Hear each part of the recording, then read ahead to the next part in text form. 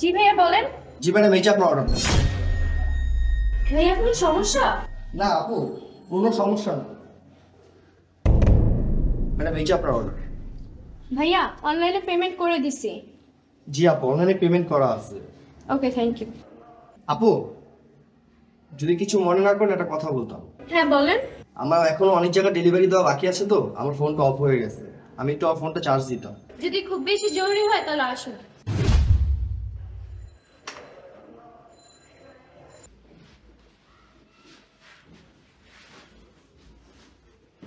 ভাইয়া আপনি এখানে বসুন, আমি আপনার জন্য এক গ্লাস পানি নিয়ে আসি।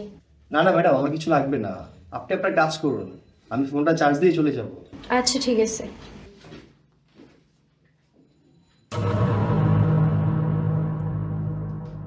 ভাইয়া আপনার কি কিছু লাগবে? না না ম্যাডাম, আমার কিছু লাগবে না। আমি তো আপনাকে বললাম আমি ফোনটা চার্জ দিয়ে চলে যাব। আচ্ছা ঠিক আছে। ম্যাডাম, আপনি যদি কিছু মনে না করেন আমি আপনাকে একটা প্রশ্ন করতে পারি? জি বলেন। এই যে আপনার পুরো শরীরে মারের দাগ, হাতে ব্যান্ডেজ, এগুলো কিভাবে হয়েছে?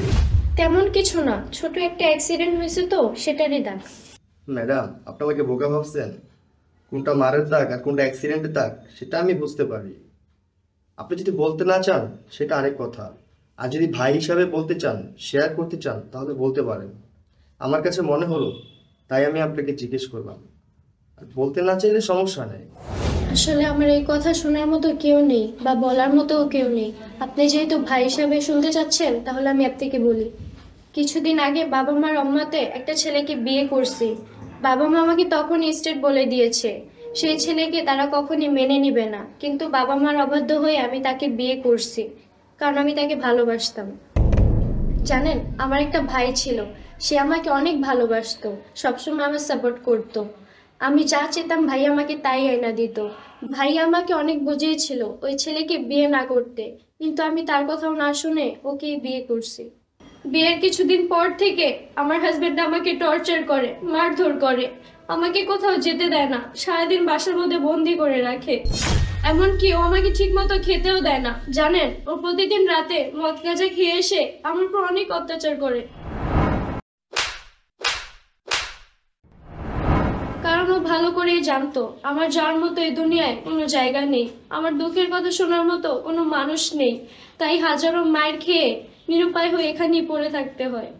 আপনি যেহেতু এত সমস্যা আছেন, আপনি তো আপনার ফ্যামিলিকে জানাতে পারতেন। আপনি আপনার মা বাবাকে কেন জানান নাই? পরিবার পরিবার তো আমার মুখও দেখতে চায় না, আমি কোন মুখ নিয়ে তাদের কাছে যাব? আমি চলে আসার পর তারা মানুষের কাছে অনেক অপমান হয়েছে, অনেক কথা শুনছে। তাহলে আপনিই বলেন, আমি কোন মুখ নিয়ে তাদের কাছে সাহায্য চাইতে যাব? দেখেন ম্যাডাম, আমি বুঝতে পারছি আপনি অনেক বড় ভুল করছেন। তাই বলে আপনি আপনার পরিবারকে জানাবেন না, এটা তো হতে পারে না। পরিবার তো এমনই, ছোটরা ভুল করবে, বড়রা মাফ করবে। আমার মনে হয় আপনার পরিবারকে জানানো উচিত, সবকিছু বলা উচিত। তারা যদি আপনাকে মাফ করে দেয় তাহলে তো আপনার এই নরকে থাকতে হবে না। ভাইয়া, সম্পর্কের মধ্যে যদি বদনাম শব্দটা লাগে না, সেই সম্পর্কটা আর ঠিক থাকে না। এখন আমি আমাকে নিয়ে আর ভাবি না, যাওয়ার হয়ে যাবে। আপনি না কিছুক্ষণ আগে বললেন আপনার একটা বড় ভাই আছে যে আপনাকে অনেক ভালোবাসে, সবসময় সাপোর্ট করে। ভাই বোনের ভালোবাসাটা তো অন্যরকম হয়। ওকে ফাইন, আপনার মা বাবাকে বলতে পারেন নাই, কিন্তু আপনার ভাইকে তো আপনি বলতে পারতেন। যেখানে আমার বাবা মাই আমার পাশে নাই, ওইখানে আমার ভাইয়া কি করে আমার পাশে থাকবে? আমার ভাইয়া আমাকে অনেক বুঝিয়েছিল ওই ছেলেকে বিয়ে করতে না, কিন্তু আমি তারও অবাধ্যে গিয়ে ওই ছেলেকেই বিয়ে করছি। ও আমাকে কিভাবে সাহায্য করবে বলেন?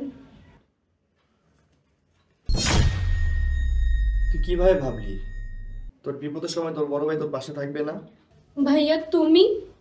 আমি জানি না যে তুই এত সমস্যা আসোস। আমি যদি জানতাম তুই এত সমস্যা আসোস, আমি কখনোই বসে থাকতে পারতাম না। আমি সাথে সাথে তোকে সেভ করার জন্য চলে আসতাম। দরকার হলে মা বাবার বিরুদ্ধে গিয়ে আমি তোকে সেভ করতাম। তুই আমার একটা মাত্র ছোট বোন, তোকে আমি অনেক ভালোবাসি।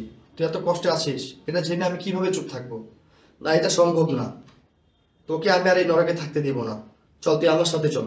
ভাইয়া আমার ভুল হয়ে গেছে, তুমি আমাকে মাফ করে দাও। না বোন, তুই আমার তো মাপ চাইস না। আমি তোর বড় ভাই, আমার কাছে তোর মাপ চাইতে হবে না। আমি জানি তুই একটা ভুল করছোস, আর সেই ভুলের শাস্তি তুই পাইছোস। তার মানে এটা না যে সারা জীবন তুই এই শাস্তি পাবি। বাবা মাকে আমি বোঝাবো। চল তুই আমার সাথে। কি ব্যাপার তিশা, তুই কই যেতেছ? আমি বাসায় এনে সেই সুযোগে বাইরে থেকে একটা পোলানে তুই রং তামাশা করতেছ? তুই তো এটা নষ্ট মাইয়া।